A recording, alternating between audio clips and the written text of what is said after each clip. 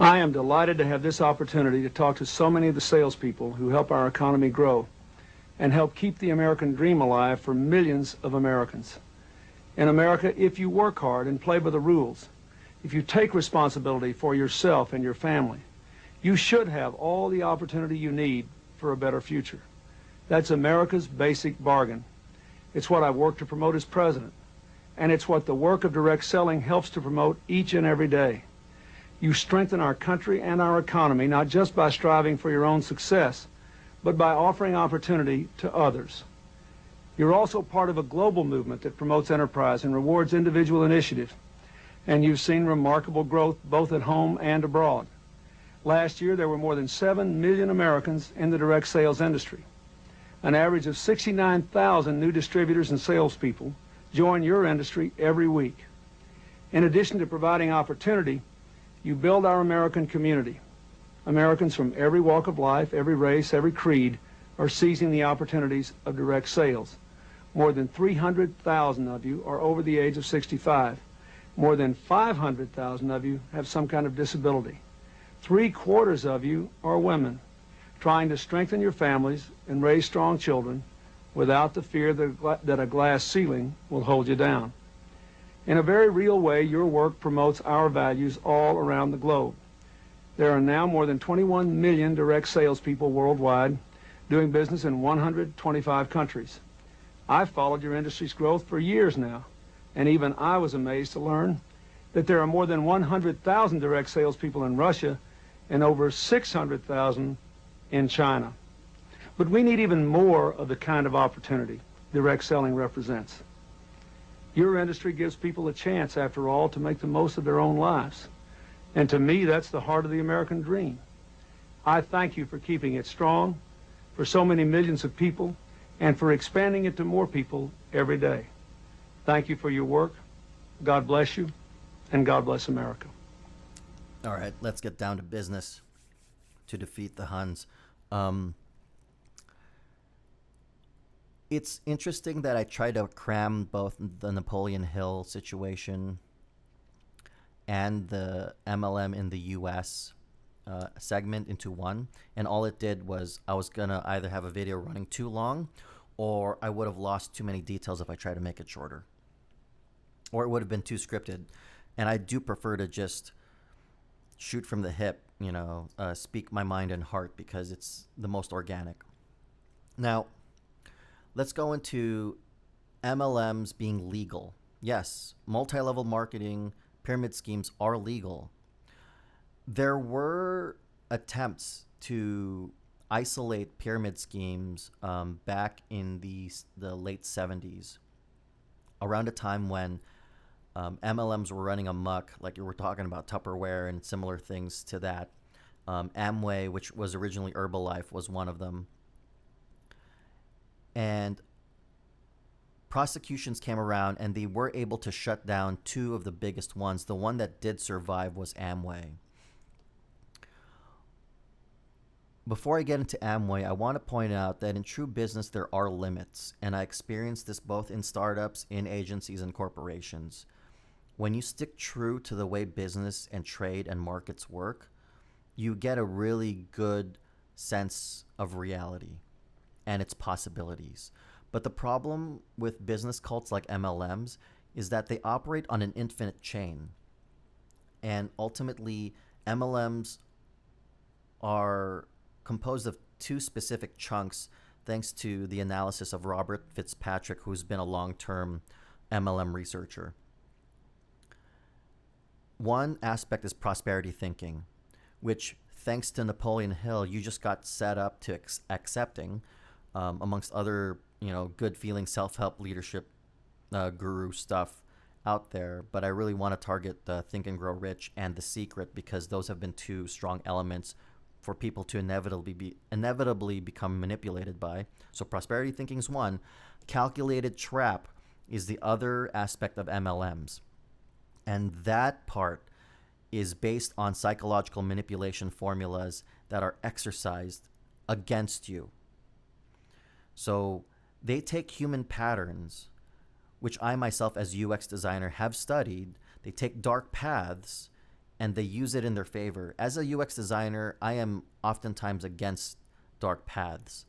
Like myself, ethically, I really don't want to participate them, even if I may be paid to engage the design of that. But there are people out there whose sole job and are getting paid lots of money to figure out how to best manipulate people, both as a standard and as an ongoing activity to keep you trapped in the system.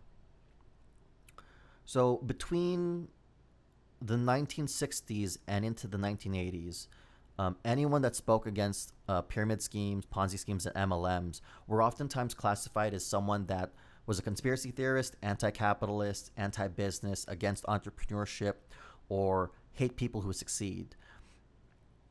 And the craziest thing about Infinite Chains also is the fact that their system is, in sum, profit by gaining more investors, which is a great way to sum up a pyramid scheme, right? You're gaining more profit by recruiting more people. It doesn't matter what an MLM sells. It could be life insurance, it could be vitamins, it could be juices, it could be powders, it could be stones. But what matters is not the product. What matters is the recruitment.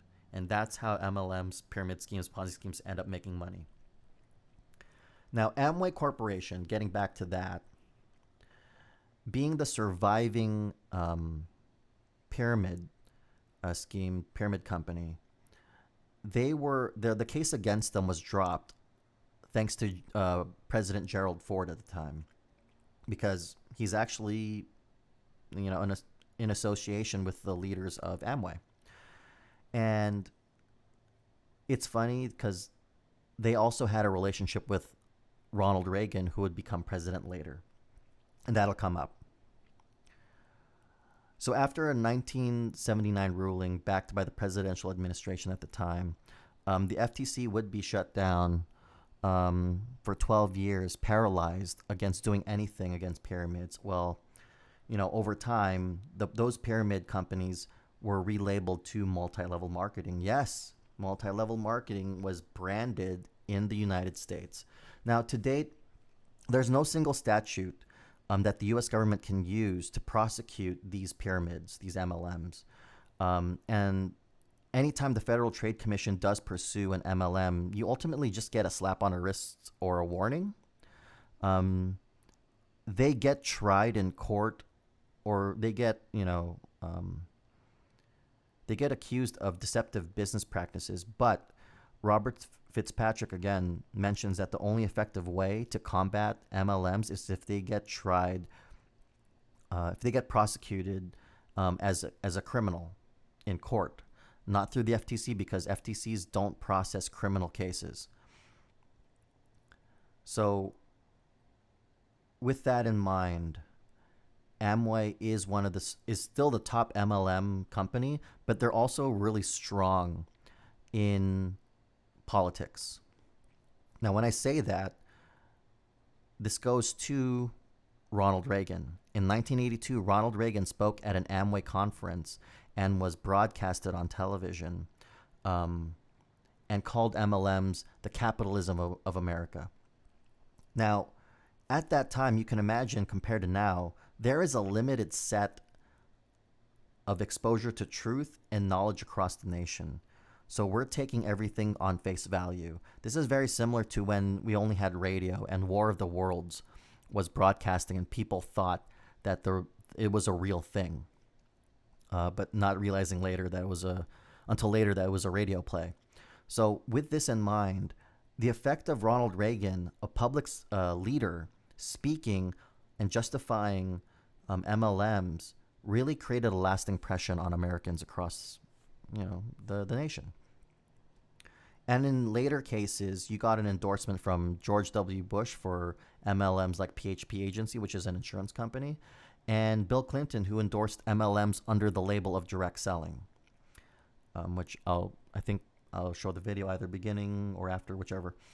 And even furthermore, domestically, the biggest public supporter of MLMs is Donald Trump, which we can classify at this point as a Republican, and internationally through Madeleine Albright, who we can classify as a Democrat. So there's no borders for MLMs. because all they really care about is being able to take and invest. And MLMs are not even opposed on an academic level, because a lot of the researchers who may even look into MLMs, they're funded by MLMs. They're funded by like companies like Amway. See, the craziest thing about MLMs is the fact that, on an international example, Albania, once they became a market economy in 1997, they were beset by so many different types of pyramid schemes that it lowered the quality of life for the people there, and the country was thrown into a civil war. Yes, the Albanian civil war had its roots through MLM's pyramid schemes screwing up the entire country. Now, the scope of impact of this delusion of MLMs being free market and peak capitalism has like driven down quality of life due to lack of opposition and from the personal shame of its ruined associates. Because when you're ashamed, who are you going to really turn to? You will be silent ultimately. So when it comes to personal accountability by governing officials, regulators didn't even think that this business format would work out. And of course, they didn't take into account that dissenters would be silenced through shame.